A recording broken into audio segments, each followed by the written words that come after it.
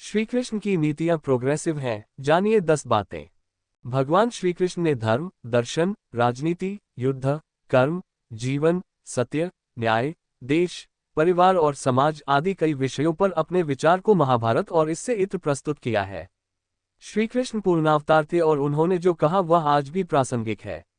उनकी नीतियां आज के प्रगतिशील मानव के लिए जरूरी है। उनकी नीतियों पर चलकर ही कई लोग अपने जीवन में सफल हो चुके हैं। आओ जानते हैं 10 नीतियां। पहला है, शक्तिशाली से कूटनीति से काम। जब दुश्मन शक्तिशाली हो तो उससे सीधे लड़ाई लड़ने की बजाय कूटनीति से लड़ना चाहिए। भगवान कृष्ण ने काल्यवन और जरासंध के साथ यही किया था।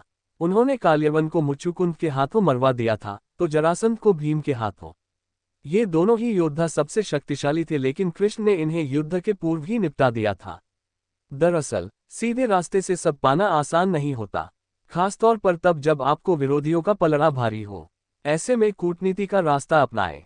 दूसरा है, ये स्पष्ट होना चाहिए कि कौन किधर है। श्री कृष्ण ने कहा था कि कुल या कुटुंब से बढ़कर देश है और देश से बढ़कर धर्म, धर्म का नाश होने से देश और कुल का भी नाश हो जाता है। जब कुरुक्षेत्र में धर्मयुद्ध का प्रारंभ हुआ तो युधिष्ठिर दोनों सेनाओं के बीच में खड़े होकर कहते हैं कि मैं जहां खड़ा हूं उसके नीचे एक ऐसी रेखा है जो धर्म और अधर्म को बांटती है। निश्चित ही एक ओर धर्म और दूसरी ओर अधर्म है। दोनों ओर धर्म या अधर्म नहीं हो सकता। अतः जो भी ये समझता है कि हमारी ओर धर्म है वह हमारी ओर आ जाए, और जो ये समझता है कि हमारे शत्रु पक्ष की ओर धर्म है तो वह उधर चला जाए, क्योंकि यह स्पष्ट हो जाना चाहिए कि कौन किधर है। युद्ध प्रारंभ होने से ये स्पष्ट हो जाना चाहिए कि कौन किसकी ओर है, कौन शत्रु और कौन मित्र है। इससे युद्ध में किसी भी प्रकार की गफलत नहीं होती है। लेकिन फिर भी ये देखा गया था कि ऐसे कई योद्धा थे जो विरोधी खेमे में होकर भीतरघात का काम करते थे। ऐसे लोगों की पहचान करना जरूरी होता है।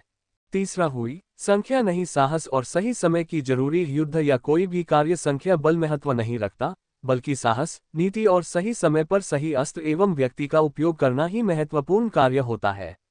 पांडवों की संख्या कम थी, लेकिन कृष्ण की नीति के चलते वे जीत गए। उन्होंने घटोत्कच को युद्ध में तभी उतारा जब उसकी जरूरत थी। उसका बलिदान व्यर्थ नहीं गया। उसके कारण ही कर्ण को अपना अचूक अस्त्र अमोघास्त्र चलाना पड़ा, जिसे वह अर्जुन पर चलाना चाहता था। चौथा है, संधि या समझौता तब नहीं मानना चाहिए। भीष्म पितामह ने युद्ध के कुछ नियम बनाए थे। श्रीकृष्ण ने युद्ध के नियमों का तब तक पालन किया जब तक कि अभिमन्यु को चक्रव्यूह में फंसाकर उसे युद्ध के नियमों के विरुद्ध निर्ममता से मार नहीं दिया गया। अभिमन्यु श्रीकृष्ण का भांजा था। श्रीकृष्ण ने तब ही तय कर लिया था कि अब युद्ध में किसी भी प्रकार के नियमों को नहीं मानना है। इससे यह सिद्ध हुआ कि कोई भी वचन, संधि या समझौता अटल नहीं होता। यदि उससे राष्ट्र का, धर्म का, सत्य का, जीवन का अहित हो रहा हो तो उसे तोड़ देना ही चाहिए। भगवान श्रीकृष्ण ने अस्त्र न उठाने की अपनी प्रतिज्ञा भी तोड़कर धर्म की ही रक्षा की थी। पांचवा है, युद्ध के जोश में ज्ञान जरूरी है। इस भयंकर युद्ध के बीच भी श्रीकृष्ण ने गीता का ज्ञान दिया। ये सबसे अद्भुत था। कहने का तात्पर्य ये कि भले ही जीवन के किसी भी मोर्चे पर व्यक्ति युद्ध लड़ रहा हो, लेकिन उसे ज्ञान, सत्संग और प्रवचन को सुनते रहना चाहिए। यह मोटिवेशन के लिए जरूरी है। इससे व्यक्ति को अपने मूल लक्ष्य का ध्यान रहता है। छठा है, युद्ध की योजना जरूरी है। भगवान श्रीकृष्ण ने जिस तरह युद्ध को अच्छे से मैनेज किया था, उसी तरह उन्होंने अपने संपूर्ण जीवन को भी मैनेज किया था।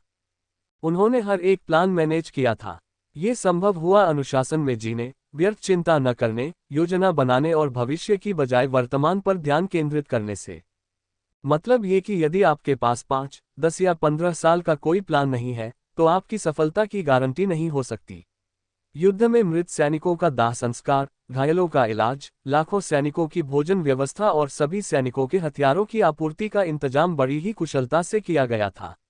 आपको यह जानकर आश्चर्य होगा कि यह सभी कार्य श्रीकृष्ण की देखरेख और उनकी नीति के तहत ही होता था।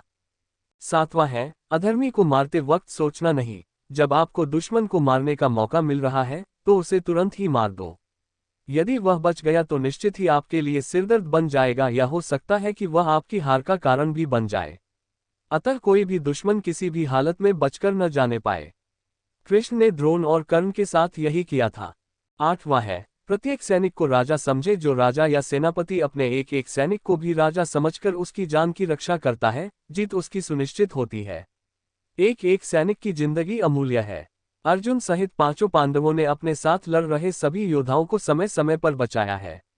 जब वे देखते थे कि हमारे किसी योद्धा या सैनिक पर विरोधी पक्ष का कोई योद्धा या सैनिक भारी पड़ रहा है तो वे उसके पास उसकी सहायता के लिए पहुंच जाते थे। 9 है, निष्पक्ष या तटस्थ पर ना करे भरोसा। जो निष्पक्ष हैं, तटस्थ या दोनों ओर हैं, इतिहास उनका भी अपराध लिखेगा।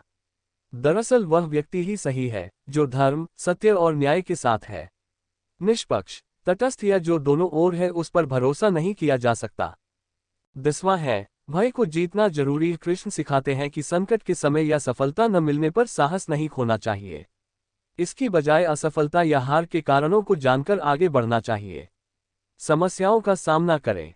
एक बार भय को जीत लिया तो फिर जीत आपके कदमों